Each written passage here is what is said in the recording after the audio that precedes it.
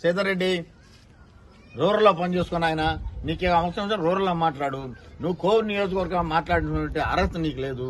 నువ్వు 2014 ముందు నువ్వు ఎప్పుడున్నావు? నల్లబరెడ్డి కుటుంబాలు ఎప్పుడు రాజకీయం చేస్తున్నారు. 2014 నేను జడ్పీటీసీగా ఉన్నప్పుడు కూడా నువ్వు కనీసం వార్డు మెంబర్ కాదు. నువ్వు ఒక డొక్కు చేతకు వేసుకొని తిరుగుతున్న పరిస్థితి ఈ రోజు కొన్ని వేల కోట్లు సంపాదించుకున్న పరిస్థితికి వచ్చేసావు. నీ బంగ్లాలు, నీ పరిస్థితులు, నీ కార్లు, నీ టైమింగ్, నీ క్రైమ్, నువ్వు చేసేటువంటి కార్యక్రమం ప్రతి ఒక్కరూ తెలుసు. కానీ నువ్వు కూడా వచ్చేసి ప్రసన్న కుమార్ రెడ్డి గురించి, జగన్మోహన్ రెడ్డి గురించి, విజయసాయి రెడ్డి గురించి, వైఎస్ఆర్ కాంగ్రెస్ పార్టీ కానీ నువ్వు మాట్లాడుతున్నావంటే దెయ్యాలు వచ్చేసి వేదాలు వలిస్తాయంటే దానికి ఇదే నిదర్శనం.